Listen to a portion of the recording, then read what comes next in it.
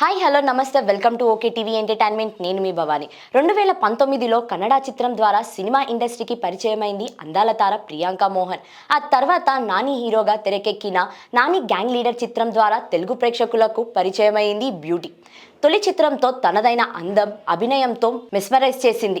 ఆ తర్వాత శ్రీకారం మూవీతో మరోసారి తెలుగులో నటించి మెప్పించింది. కాగా అనంతరం మళ్ళీ తమిళ్లో వరుస సినిమాలలో నటించింది. అయితే తెలుగులో మంచి సాలిడ్ విజయాన్ని అందుకోలేకపోయింది ప్రియాంక.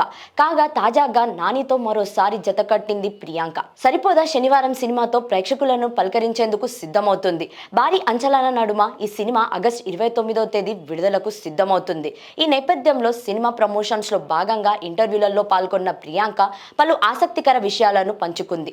పవర్ స్టార్ తో నటించే లక్కీ ఛాన్స్ అందుకున్న విషయం గురించి మాట్లాడుతూ, ఓజీ లాంటి గొప్ప కథలో భాగం కావడం, పవర్ స్టార్ పక్కన నటించడం నా అదృష్టం. ఆ అవకాశం ఇచ్చిన దర్శకులకు ధన్యవాదాలు. పవన్ కళ్యాణ్, నాని ఇద్దరు క్రియేటివ్ గా ఉంటారు. నాని సినిమాల గురించి ఎప్పుడు కలలు కంటుంటారు.